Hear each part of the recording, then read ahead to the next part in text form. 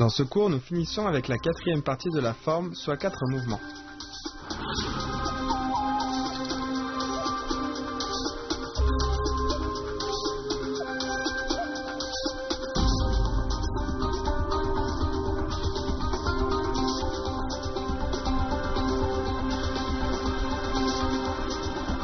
On tire la lance vers soi, on pourfend vers le bas à droite.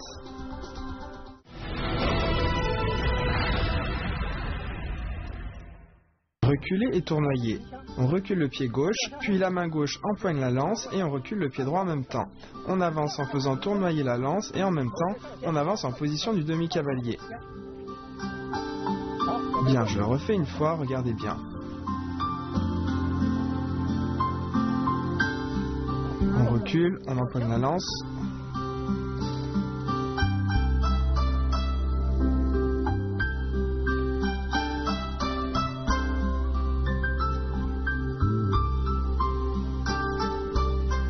Reculer et tournoyer.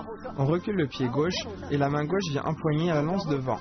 On recule le pied droit, puis on avance, on fait tournoyer la lance et on vient en position du demi-cavalier. Attention, lors du tournoiement, ça se fait au-dessus de la tête.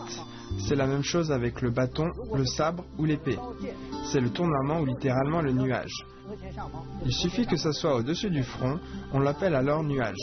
Donc il faut bien lever la tête lors du mouvement. Maintenant, c'est à toi de le refaire.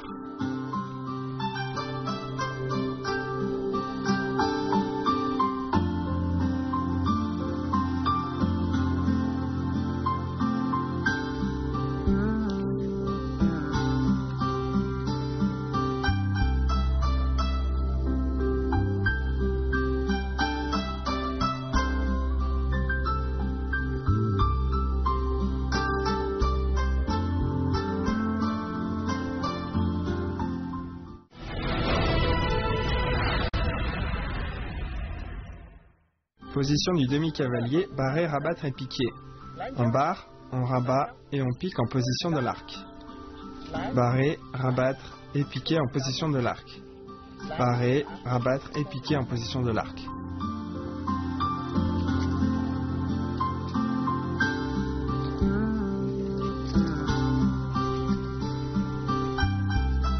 Position du demi-cavalier, barrer, rabattre et piquer.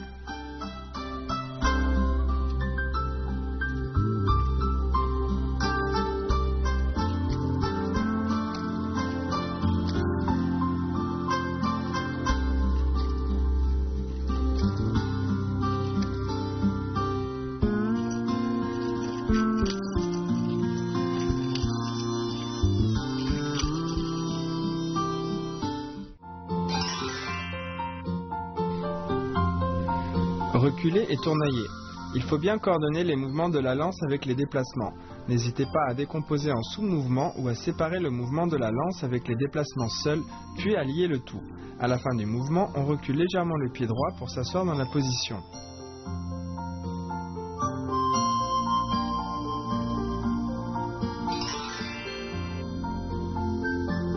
Position du demi-cavalier, barrer, rabattre et piquer. C'est le mouvement de base en lance. Pratiquez-le bien en utilisant le transfert du poids du corps.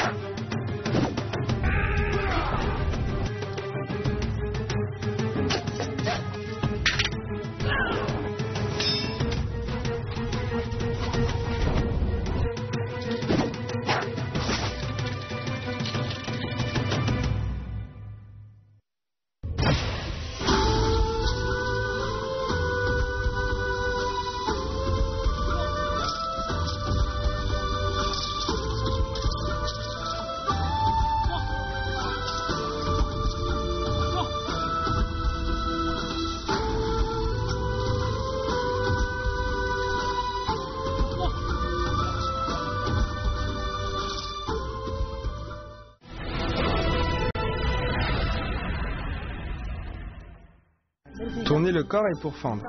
On tire la lance vers soi, on tourne le corps à droite et on pique vers le bas à droite. En même temps, on crochette le pied gauche sur l'autre jambe, puis on pose le pied gauche à l'arrière et on pique vers le haut de manière oblique. Bien, je le refais une fois, regardez bien.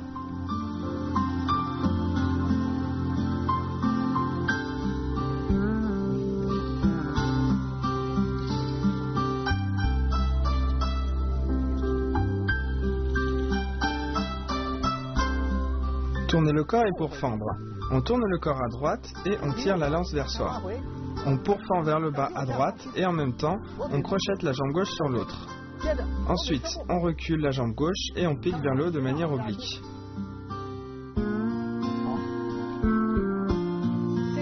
Il arrive souvent de mal faire le crochetage de la jambe. Donc il faut bien tourner le corps et crocheter la jambe en même temps. On doit crocheter de manière stable. Ensuite, on recule le pied gauche et on pique vers le haut.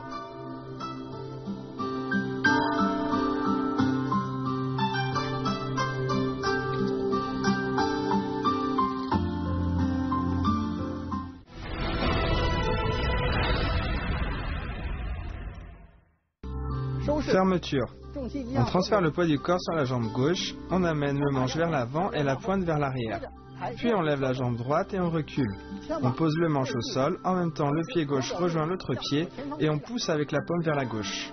À la fin, on joint les pieds devant et on ferme la forme. Bien, je le refais une fois.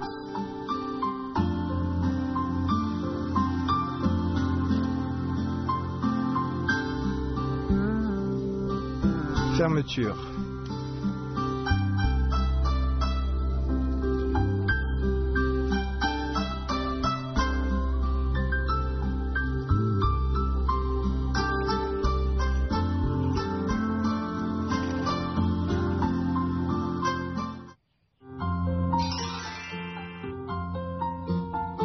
Tourner le corps est pour fendre.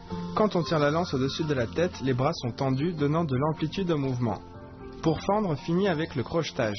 Enfin, la poussée de la paume, le piquage de la lance en haut et l'écartement du pied sont simultanés et forment un mouvement d'ouverture du corps.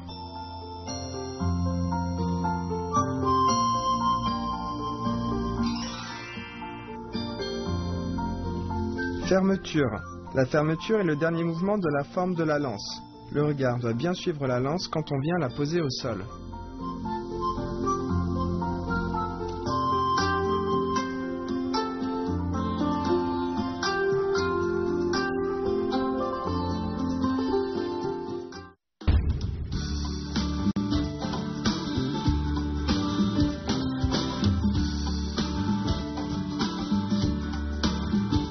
La lance à faucille est une longue lance à laquelle on a rajouté un crochet inversé au niveau de la pointe tranchante. Dans les batailles de l'Antiquité chinoise, on utilisait cette arme principalement contre les cavaliers ennemis. On cherchait à couper les sabots des chevaux combattants pour en faire chuter leurs cavaliers. Les lances à faucille sont apparues à la période des printemps et automnes. À l'époque de la dynastie des Song, l'utilisation de la lance à faucille a atteint son apogée. Dans le roman classique Au bord de l'eau à Liangshan, on utilise la lance à faucille pour écraser les chevaux enchaînés de l'armée des Song.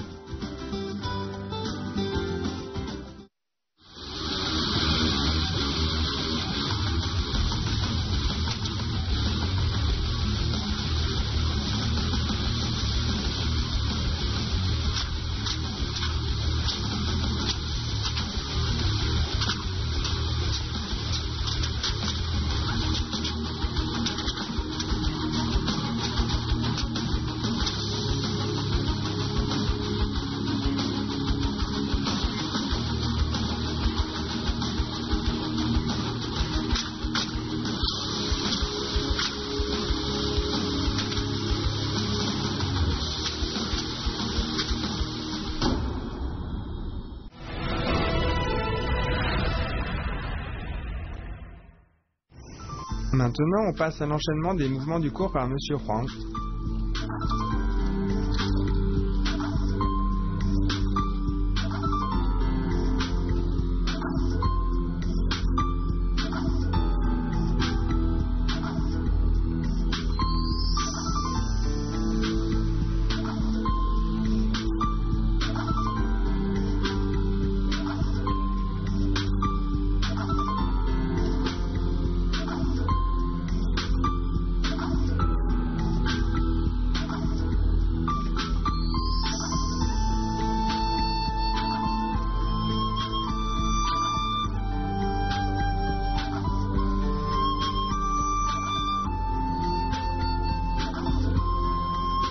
présent, voyons l'ensemble des mouvements des troisième et quatrième parties de la forme par M. Huang.